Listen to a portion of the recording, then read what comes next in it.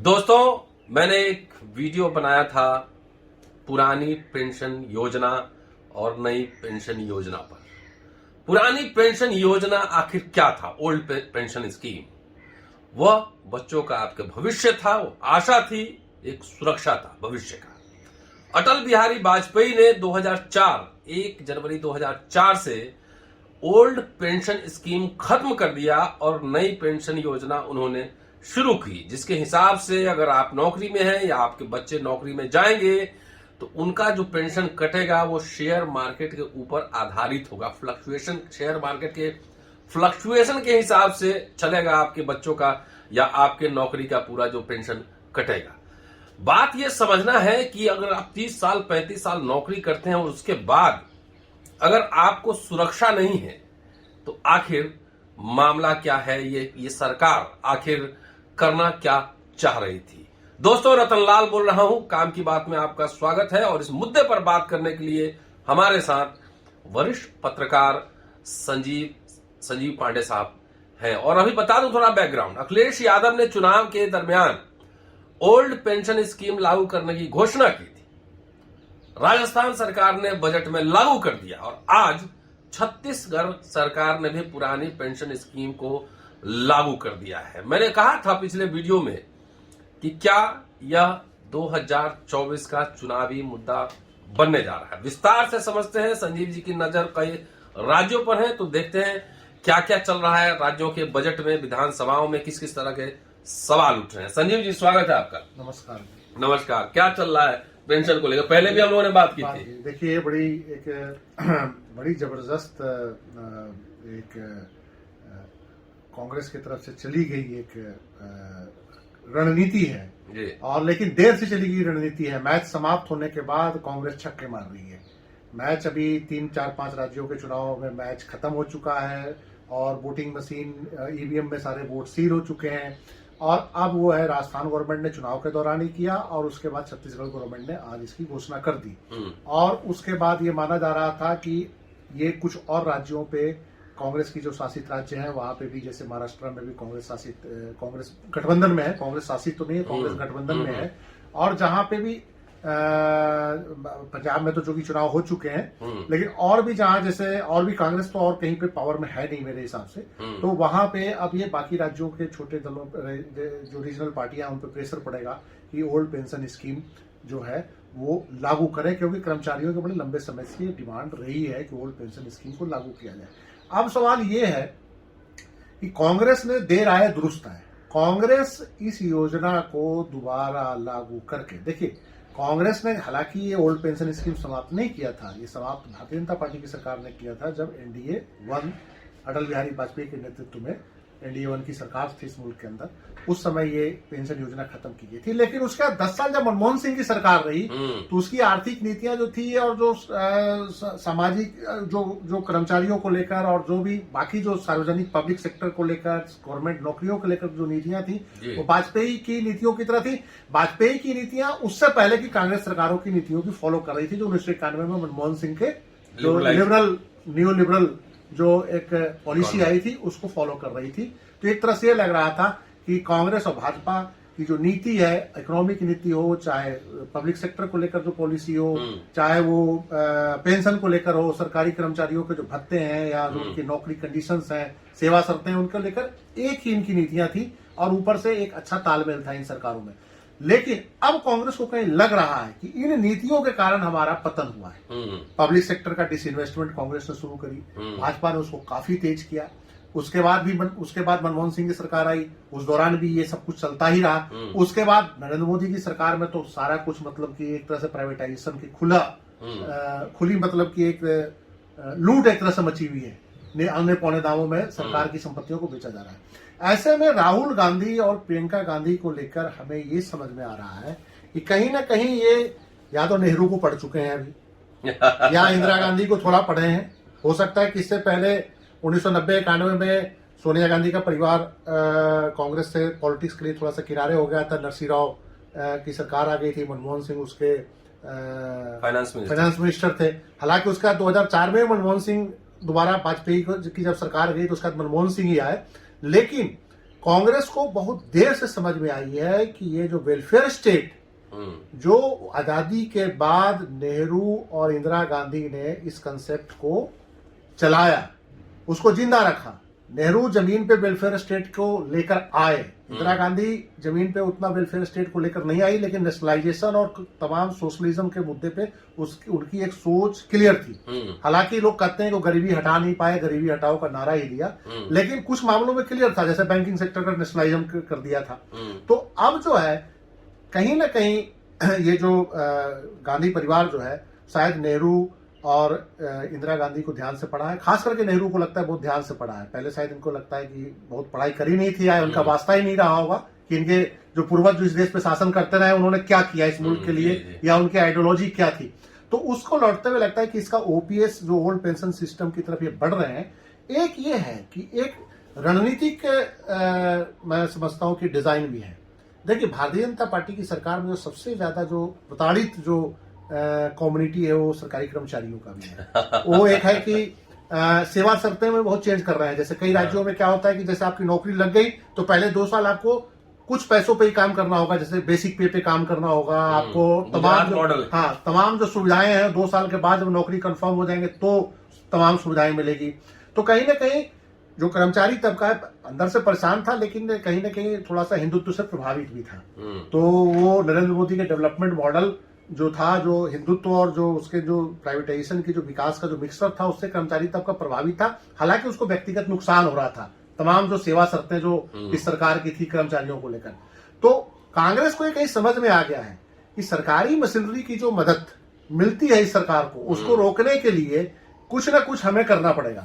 तो वो 2 राज्यों में जो उन्होंने लागू किया है, देर किया। अगर पंजाब में इन्होंने अक्टूबर में कर दिया होता, पिछले साल ही अगर ये 3 राज्यों में, कांग्रेस शासित राज्यों में इन्होंने लागू कर दिया होता, तो इससे उत्तर प्रदेश और पंजाब में माहौल कुछ अलग होता।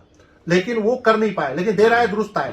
अब इसी साल चुनाव हिमाचल में है, इसी साल चुनाव गुजरात में है, इस साल के शायद अंत में ही है हिमाचल में, 22 में। तो देखिए, ये दोनों राज्यों में जो है कर्मचारी वर्ग जो है लगातार इसकी मांग कर रहा है। तो इन दोनों राज्यों में जो कर्मचारी जो एक मशीनरी भी होता है इलेक्शन के प्रोसेस में, अगर वही सरकार की नीतियों के खिलाफ चला जाए तो सरकार को दिक्कतें बहुत आती है। अब खुद तो जाके सारे सिर्फ कर्मचारी की बात नहीं, लोग अपने बच्चों को पढ़ाते हैं तो ये सोच के पढ़ाते हैं कि सरकारी नौकरी मिलेगा। इसमें स्टेक होल्डर पूरा पॉपुलेशन पूरी जनता है ना जी। तो अभी जैसे 2 राज्य में हुआ है माहौल, तो हमने पहले भी बात की थी कि 2024 का ये चुनावी मुद्दा बनेगा जी। लेकिन बीजेपी शासित राज्यों में क्या चल रहा है? लेकिन समझ में ही नहीं आ रहा है कि कांग्रेस के जो ये स्ट्रोक, जो मास्टर स्ट्रोक चल रहे हैं, उसमें बीजेपी वालों को अभी कंफ्यूज से हो गए हैं। जैसे लग रहा है कि भारतीय जनता पार्टी के लोग काफी कंफ्यूज हैं, या भारतीय जनता पार्टी के जो समर्थित सरकारें हैं वो कंफ्यूज नजर आ रही है। देखिए, 3 राज्यों में भी बजट सेशन चल रहा है, जिसको मैंने बहुत ध्यान से देखा। बिहार विधानसभा में विपक्ष ने सवाल किया कि ओल्ड पेंशन स्कीम को लेकर आप क्या कर रहे हैं। तो जो विधानसभा के पटल पे जो जवाब आया उनके मंत्री की तरफ से कि हमारे पास अभी कोई ऐसा योजना नहीं है, और जो पुराने जो सेंट्रल गवर्नमेंट के जो डायरेक्शन के हिसाब से हम लोग काम कर रहे हैं वही चलेगा जैसा चल रहा है। मीन्स कि अभी वो उनको समझ में नहीं आ रहा है क्या करें, या उसका इम्पैक्ट उनको दिख नहीं रहा है कि इसका इम्पैक्ट क्या होगा बिहार में। और उनको लग रहा होगा कि बिहार में भी इलेक्शन तो 2024 के बाद ही है विधानसभा का। हाँ, तो अभी इतना बड़ा हम बयानबाजी क्यों करें या रिस्क क्यों लें। और वहां चूंकि भाजपा गठबंधन में है, अगर नीतीश कुमार लागू करना भी चाहें तो भारतीय जनता पार्टी उसको रोकेगी, क्योंकि बाकी राज्यों में भारतीय जनता पार्टी ये फैसला नहीं कर पा रही है। हिमाचल में कर्मचारियों ने बहुत जोरदार प्रदर्शन किया है पिछले 5-7 दिन पहले, और मुख्यमंत्री को खुद उन पे लाठीचार्ज हुआ, मुख्यमंत्री को खुद आके जवाब देना पड़ा लोगों को। और उन्होंने कहा कि देखिए, हिमाचल में मतलब कि संवेदना प्रकट की, कहा भी, हाफ हार्टेड बोल भी रहे थे कि हम लागू भी करना चाहते हैं, लेकिन चूंकि दिल्ली से दबाव है, उनको पता है हिमाचल का। देखिए, हिमाचल में टोटल 77 लाख आबादी है। वोटर कितने होंगे? 50 लाख होंगे, 60 लाख जितने भी मतदाता होंगे। वहां में 5 से 6 लाख एम्प्लॉइज हैं, बड़ी संख्या है। हाँ, अगर 4 लाख 5 लाख एम्प्लॉय, क्या अगर 3-4 फैमिली में मान लें तो 35-40 लाख तो वहां एम्प्लॉय है। तो अगर वहां पे हिमाचल में अगर भारतीय जनता पार्टी इस योजना को लागू नहीं करती तो ये मान के चलिए कि इस साल जो विधानसभा चुनाव होने जा रहा है, भारतीय जनता पार्टी को वहां हार तय है। लेकिन विधानसभा में समझदारी दिखाते हुए या थोड़ा सा एक रणनीतिक स्टेप उठाते हुए कि दिल्ली से क्या आदेश आएगा वो बाद में देख लेंगे, उन्होंने ये कहा है हिमाचल के मुख्यमंत्री ने कि हम एक कमेटी बना रहे हैं और वो देखेगी कि इसका क्या करना है। हिमाचल के अंदर ये कहा है। अब आते हैं हरियाणा के अंदर जहां भारतीय जनता पार्टी की सरकार है। बजट सेशन के दौरान यहाँ पे वोटिंग हुई विधायकों की, 70% 80% विधायकों ने कहा कि हम इसके सपोर्ट में हैं, ओल्ड पेंशन स्कीम के। लेकिन सरकार उसके बावजूद नहीं मान रही है। उन्होंने कल बजट पेश किया, जब पेश हुआ कल, तो उन्होंने ओल्ड पेंशन स्कीम को लेकर कोई बात नहीं की। आज कांग्रेस ने फिर कहा है कि आप ओल्ड पेंशन स्कीम लागू क्यों नहीं कर रहे हो। यहाँ पे भी कांग्रेस भाजपा कंफ्यूज नजर आ रही है। तो क्या करें। हालांकि हिमाचल हरियाणा में इनके एब्सोल्यूट मेजोरिटी की सरकार नहीं है, कोalition की गवर्नमेंट है। और ये 5 राज्यों के चुनाव के बाद जो परिणाम आएंगे, परिणाम अगर भाजपा के विपक्ष में आएंगे तो हरियाणा की सरकार प्रॉब्लम में आ सकती है। अगर पक्ष में आ गए तो हरियाणा की सरकार को भी कोई प्रॉब्लम आने वाली नहीं है। लेकिन अल्टीमेट कहीं ना कहीं जो ओल्ड पेंशन स्कीम है, ये सरकार के लिए हरियाणा के अंदर ये सरदर्दी कांग्रेस ने जो लागू किया। अच्छा, हरियाणा में कांग्रेस मुख्य अपोजिशन है, भारतीय जनता पार्टी को जो खतरा है वो कांग्रेस से है। तो ये कहीं ना कहीं हरियाणा के लिए भी एक बड़ी समस्या हरियाणा की सरकार के लिए आ गई है। और ये जो है भारतीय जनता पार्टी, हाँ, ये एक मैं कहीं देख रहा था कि भारत सरकार भी कानून मंत्रालय से कहीं एडवाइस ले रही है कि क्या ओल्ड पेंशन स्कीम लागू कर सकते हैं। तो कहीं ना कहीं कांग्रेस ने जो ये खेल फेंका है, एक जो एक पासा फेंका है, वो इनका राइट डायरेक्शन है। बहुत साल बाद लग रहा है कि कांग्रेस वालों को कुछ समझ में राजनीति समझ में आ रही है। भाजपा को कैसे काउंटर करना है ये इनको समझ में बात आ रही है और उस हिसाब से चल रहा है। लेकिन अभी फिर भी इनको बहुत कुछ करना होगा। अभी इनको ये वादा करना होगा कि प्राइवेटाइजेशन हम नहीं होने देंगे। इनको ये वादा करना होगा कि हम सत्ता में आएंगे तो नौकरियों को उसी तरह से निकालेंगे जैसे पहले निकालते थे। अभी राजस्थान और छत्तीसगढ़ में इनको बड़े पैमाने पर वैकेंसी भी निकालनी चाहिए। जहां पे अगर पद खाली है तो इनको निकालना चाहिए, बताना चाहिए कि हम प्राइवेटाइजेशन की तरफ नहीं जा रहे हैं, हम कोई भी स्टेट गवर्नमेंट में जो खाली पद है उसको भरेंगे। ये अभी इनको और भी बहुत कुछ करना पड़ेगा। सिर्फ ये नहीं कि ओल्ड पेंशन स्कीम, इनको अगर पूरे देश में युवाओं को, पूरे देश के अंदर जो बेरोजगार, जो पढ़े लिखे, जो शिक्षित बेरोजगार हैं, उनको अगर अपनी तरफ लेना चाहते हैं, जो शिक्षित बेरोजगार 2014 में नरेंद्र मोदी की सरकार बनाने में हम भूमिका निभाने वाले थे, और जो वही यूथ जो आज बेरोजगार घूम रहा है, पढ़ लिख के उसको नौकरी नहीं है, 30 साल 35 साल का हो गया, इंजीनियरिंग की डिग्री किए हुए तो 10,000 की नौकरी है, MBA किए हुए है तब भी 10,000 की नौकरी है। तो वो शिक्षित बेरोजगार जो है वो उसको अपनी तरफ लाने के लिए कांग्रेस को अपने जो कांग्रेस शासित राज्य है वहां पे खाली पदों की वैकेंसी भी निकालनी पड़ेगी, ताकि युवाओं में एक विश्वास लगे कि नहीं, कांग्रेस अपने पुराने वादों पे और नीतियों पे आ रही है। 14 में जो बेरोजगार था आज भी बेरोजगारी है, हिंदू राष्ट्र बना रहा था। 2014 में जो युवा था उसको लगता था कि नरेंद्र मोदी का जो डेवलपमेंट मॉडल है वो उनको बहुत खुशहाल बनाएगा। लेकिन वो डेवलपमेंट मॉडल के बाद बेरोजगारी के दर बढ़ गए और गरीबी भी बढ़ी। और इन्होंने जो पढ़ाई पे जो खर्च किया पिछले 10 सालों में, पढ़ाई भी अब बहुत सस्ती तो है नहीं कि आप 500 रुपए में जाके यूनिवर्सिटी में साल भर पढ़ लिए, 1000 रुपए में हॉस्टल में रह लिए।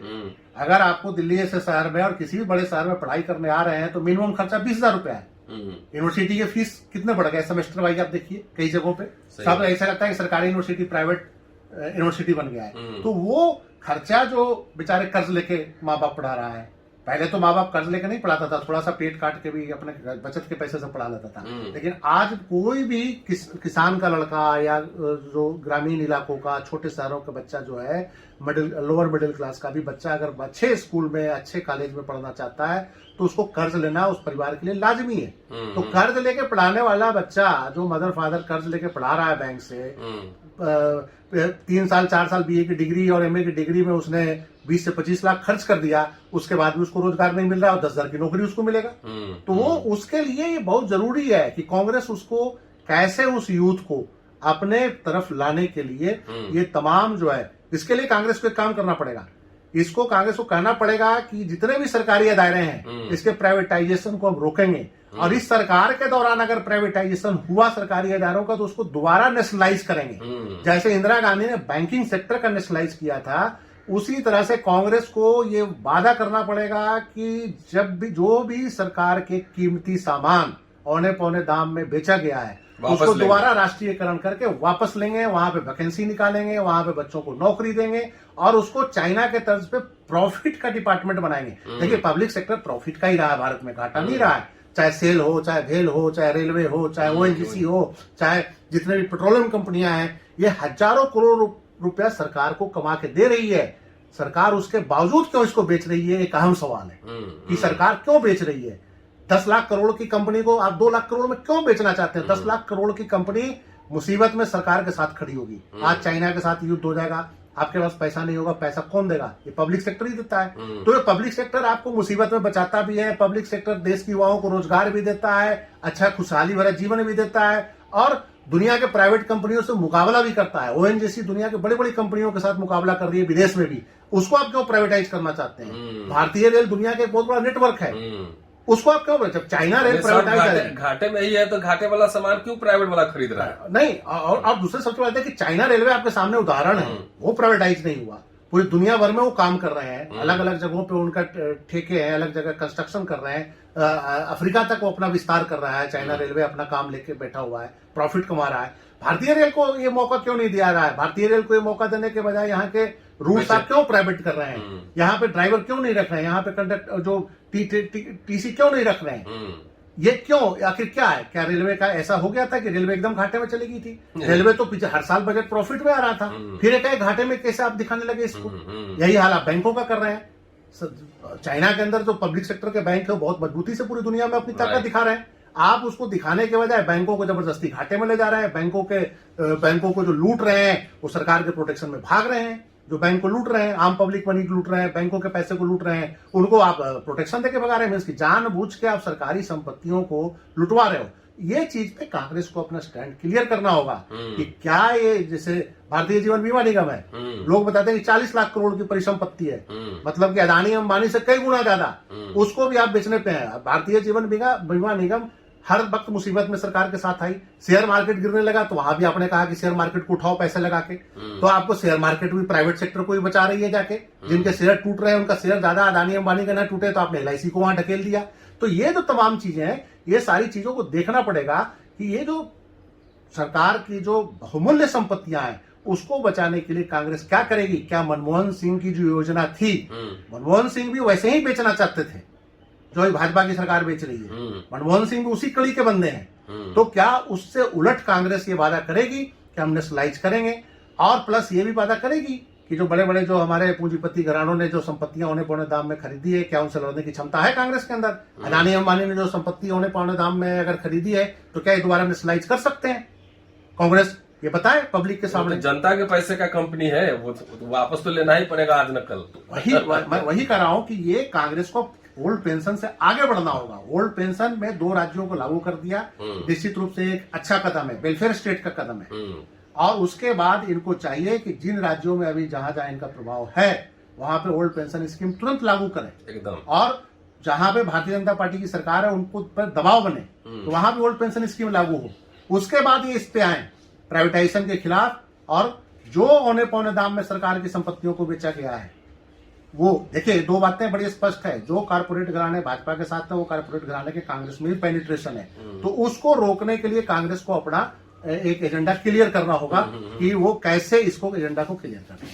चलिए, शुक्रिया संजीव जी। और ये थे संजीव जी, वरिष्ठ पत्रकार हैं और लगातार आप अम्बेडकर नामा पे इनको सुन रहे हैं। और ये शुरू में ही हम लोगों ने एक मुहिम चलाई थी कि 2024 का लोकसभा चुनाव, उसमें ओल्ड पेंशन स्कीम चुनावी मुद्दा बनने जा रहा है। और उसके साथ साथ जिस राष्ट्रीय संपत्ति को भाजपा सरकार ने औने पौने दाम में बेचा है उसके राष्ट्रीयकरण का भी, उसके नेशनलाइजेशन का भी मसला चुनावी मसला बन सकता है। देखना है कि पॉलिटिकल पार्टीज कैसे रिस्पॉन्ड करते हैं। शुक्रिया, कीप वॉचिंग एंड शेयरिंग। फिर आपसे अगले एपिसोड में मिलता हूं। शुक्रिया, थैंक यू।